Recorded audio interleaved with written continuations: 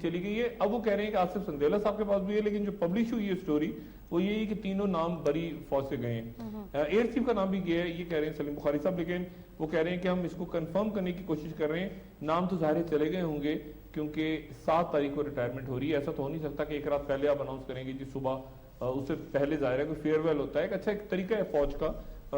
Announce किया जाता है, दूसरा आदमी आता है। 7 तारीख को 7 अक्टूबर को रिटायर होना है चेयरमैन ज्वाइंट ने, तो 7 से काफी दिन पहले जरूरी है, कम से कम एक हफ्ता पहले तो नाम आए, 5 दिन पहले नाम आए, कोई वो मिले कुछ लोगों से, कोई नया शख्स आ रहा है, कोई पुराना जा रहा है, फेयरवेल वगैरह वगैरह। तो उससे ये बड़े इंपॉर्टेंट फैसले, और साथ ही उस वक्त ही फैसले हो रहे होंगे जब मुल्क में एहतजाज हो रहा होगा, और साथ ही ऑपरेशन के हवाले से दहशतगर्दी के मामला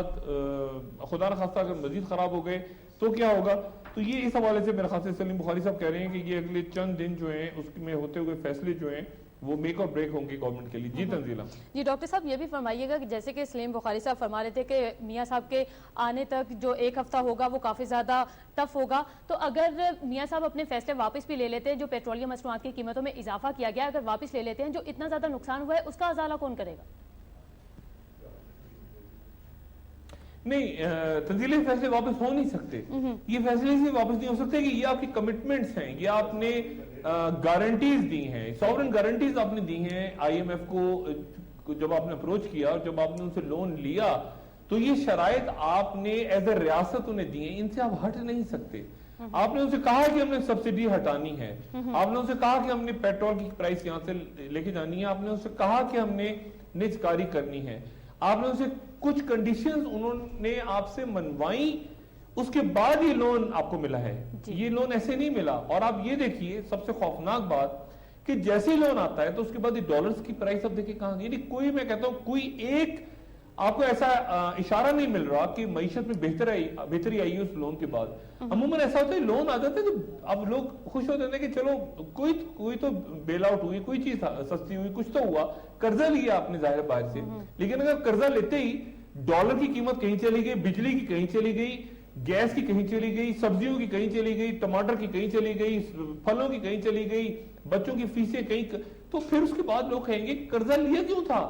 तो कर्जा तो इसलिए लेते हैं ना कि मेरा घर चले। जब मेरा घर नहीं चल रहा, घर मेरा जो चल रहा था वो भी खत्म हो गया, तो एक आम आदमी तो पूछेगा भी कर्जा किस लिए लिया फिर आपने। तो ये मेरे ख्याल से बहुत इंपॉर्टेंट मामलात हैं जो जब तक एड्रेस नहीं होंगे, अगर हुकूमत की कोई मजबूरियां भी हैं, अगर प्रॉब्लम्स भी हैं, तो कोई शख्स कम से कम सामने आके बयान तो करे, बताए तो सही, लोगों को फेस तो करे कि ये इस तरह से है और इस तरह से यूं हम कर रहे हैं और ऐसे कर रहे हैं और कीमतें इसलिए बढ़ रही हैं, और तसल्ली तो दे। लेकिन अगर आप लोगों के साथ ही कहेंगे, लोगों के साथ ही बात करेंगे, नहीं जी कीमतें तो नहीं बढ़ रही, और अगले दिन अखबारों में आ रही है और टीवी पे अनाउंस हो रहा है पंप बंद होने शुरू हो गए पूरे मुल्क के, और आप कह रहे हैं नहीं ये तो ऐसे ही हो रहा है, कीमतें तो सस्ती हो रही, तो ये बात बड़ी अजीब सी बात है। तो मेरा ख्याल है कि ये हुकूमत को अगर एहतजाज शुरू हो गया, अल्लाह ना करे अगर ऐसा हो, लेकिन जैसे सलीम बुखारी साहब कह रहे हैं कि, और हम भी सुन रहे हैं कि मुल्कगीर एहतजाज होने जा रहा है इस पे मुख्तलिफ सियासी पार्टियों का, तो मैं नहीं चाहता कि कैसे हैंडल होगा, क्योंकि सियासी पार्टियों का एहतजाज ये नहीं है पॉलिटिकल, ये अवामी इश्यूज के ऊपर चूंकि एहतजाज हो रहा है, वो अवाम के सेंटिमेंट्स को वो सड़कों पे लाएंगे तो बड़ा मसला हो जाएगा। जाहिर है कि अगर लोग निकले हैं, ताजिर निकले हैं, अवाम निकले हैं, बच्चे निकले हैं, बच्चियां निकली हैं, तो वो आप उनको लाठीचार्ज करके आप उनको मार तो नहीं सकते। तो मेरा ख्याल है इश्यूज काफी खराब हो जाएंगे, इनको बहुत ही इंटेलिजेंटली मियां साहब को मैन्यूवर करना है इस अपॉइंटमेंट के साथ साथ जो कि वो करने जा रहे हैं अस्करी अदारों में। जी डॉक्टर साहब ये भी फरमाइएगा कि जैसे कि आपने फरमाया है कि कमिटमेंट हुई होगी, डील हुई होगी, फिर ही कर्जा मिला होगा, तो हमारी हुकूमत ने ये क्यों नहीं यकीन दहानी करवाई कि हम जो सर्कुलर डेट है उसको कंट्रोल करेंगे, बिजली चोरी हो रही है, गैस चोरी हो रही है, उसको कंट्रोल किया जाएगा। अपने मुल्क के अंदर तो ये तमाम इकदाम तो इनकी जानिब से उठाए नहीं गए और ना ही अभी तक बिजली चोरी को रोका गया है, और दूसरा ये है कि आवाम पर बोझ भी डाल दिया गया है।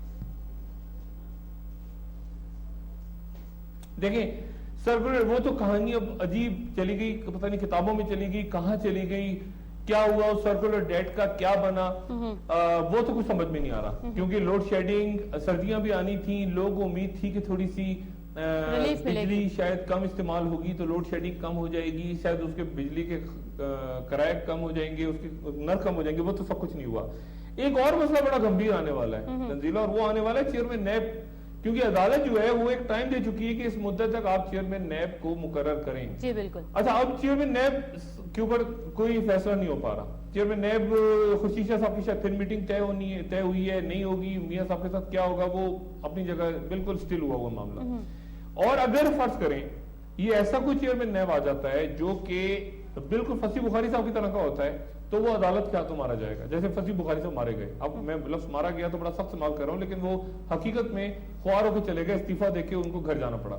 तो एक तो चेयरमैन नैब का मामला, उस मामले को मैं लाइटली नहीं ले रहा, क्योंकि सारे उगरा के मामला, ये चारे करप्शन के मामला जो पिछली हुकूमत के थे, ये सारे मामला बराह रास्त नैब से इनका ताल्लुक है। कई अहम अदारे ऐसे हैं, आप वावड़ा में चले जाएं, पीआईए में चले जाएं, स्टील मिल में चले जाएं, बाकी तो छोड़े, आप अहम तरीन सफारतों को देख लेंगे, चाहे अमेरिका हो, चाहे बरतानिया हो, चाहे मुत्तहिदा अरब अमारात हो, चाहे सऊदी अरब, सफीर ही मौजूद नहीं है। तो कई अदारे उनके हेड्स ही नहीं है, सरबराह नहीं है, वजीर नहीं वजारतों में बैठे हुए, समझ ही नहीं आता कि कौन वजीर किस महकमे का है, किसके पास कौन सा। तो मेरा ख्याल है ये अब जैसे पेट्रोल की प्राइसेस बढ़ गई, अब जाहिर है कि इस पेट्रोलियम के अंदर ख्वाजा आसिफ साहब तो साथ थे, मियां साहब के ख्वाजा आसिफ साहब तो दौरा कर रहे थे, पानी और बिजली के वजीर हैं। बाकी किसने फैसला किया, कहां से समरी मूव हुई, ओगरा थी, क्या थी, ये अचानक खबर सामने आई है। मैं आपको बताऊं, आप भी जानती हैं तंजीला, आप भी न्यूज में है कि कोई इतला नहीं थी, कल शाम तक ये होने जा रहा है। कल शाम तक हम सब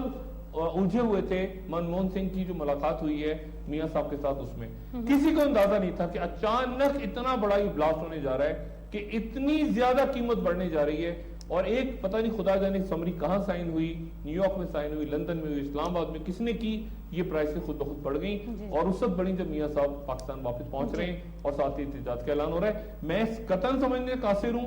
और ये अशफाक हसन खान साहब, एक हमारे बड़े मारूफ माहिर माशियात हैं, उनका ये आर्टिकल आज छपा हुआ है, the decade of lost growth. वही कह रहे हैं कि पूरे 10 साल पाकिस्तान की बर्बादी, माशी बदहाली के ये 10 साल हैं। ये अलग बात है कि डॉक्टर अशफाक हसन खान साहब खुद इन 10 सालों में अहम अहदों पे फायज रहे हैं हुकूमत में, लेकिन वो ये कह रहे हैं कि बहरहाल ये पूरा डिकेड है जिसमें ग्रोथ खत्म हो गई है पाकिस्तान की, और आने वाले दिनों में भी वो कहते हैं कि मुमकिन नहीं है कि हम इस जंजाल से निकलें। और काफी खौफनाक पिक्चर उन्होंने पेंट की अपने आर्टिकल में जो आज की न्यूज में छपा है। तो मेरा ख्याल है कि ये इकदामात कुछ नहीं कर सकते, अब ये पैसे वापस आवाम तक तो नहीं आते, एक दफा प्राइस बढ़ जाए तो वापस नहीं आ सकती। मुझे नहीं पता कि डॉलर की प्राइस कहां तक जाएगी, डॉलर की प्राइस बढ़ रही है, डॉलर्स का एक अलग खेल है, उस पर फिर किसी दिन बात करेंगे डॉलर की प्राइस क्यों बढ़ रही है। जी डॉक्टर साहब, प्रोग्राम का टाइम खत्म होता चला जा रहा है, लेकिन मैं आपसे एक आखिरी सवाल ये करना चाहूंगी कि महंगाई इस कदर बढ़ चुकी है, पेट्रोलियम मसनूआत की कीमतें, बिजली की कीमतें जो बढ़ा दी गई हैं, अवाम पर इतना महंगाई का बोझ डाल दिया गया है, अगर उनके सब्र का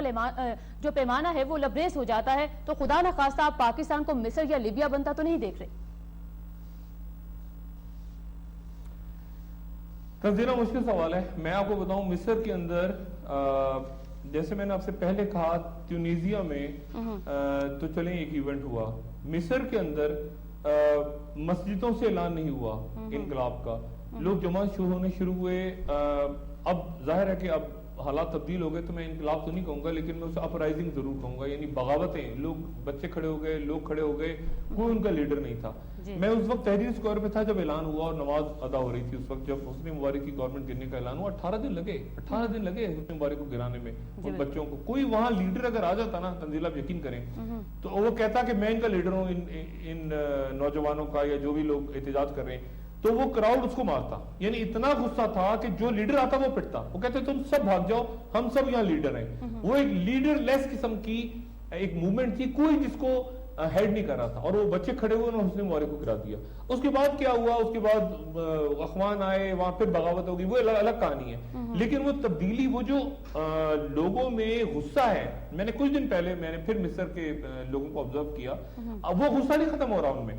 वो कह रहे तब्दीली आ गई है, चेंज आ गया है, सब कुछ हो गया, अच्छा ये आ गया, मुर्सी आ गया, हो गया, ये मेरी दुकान तो अभी भी नहीं चल रही, अच्छा फौज आ गई, ये हो गया।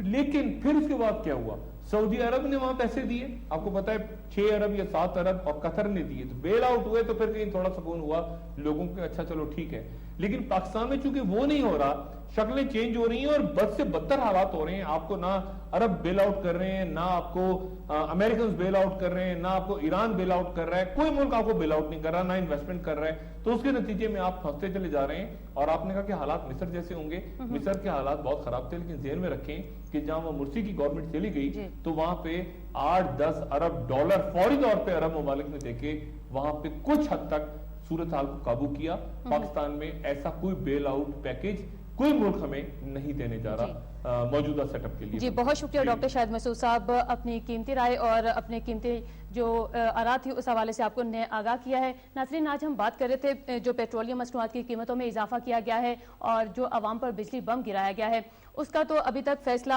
सामने नहीं आ सका है और ना ही कोई तजावीज़ सामने आ सकी है। ये तो मियां नवाज शरीफ मुल्क में वापस आएंगे तो तभी पता चलेगा कि अवाम में कितना गुस्सा पाया जा रहा है, ऑपोजिशन जमातें क्या अपना लाए अमल इख्तियार करने वाली हैं और हुकूमत क्या फैसले अपने वापस लेती है। अगर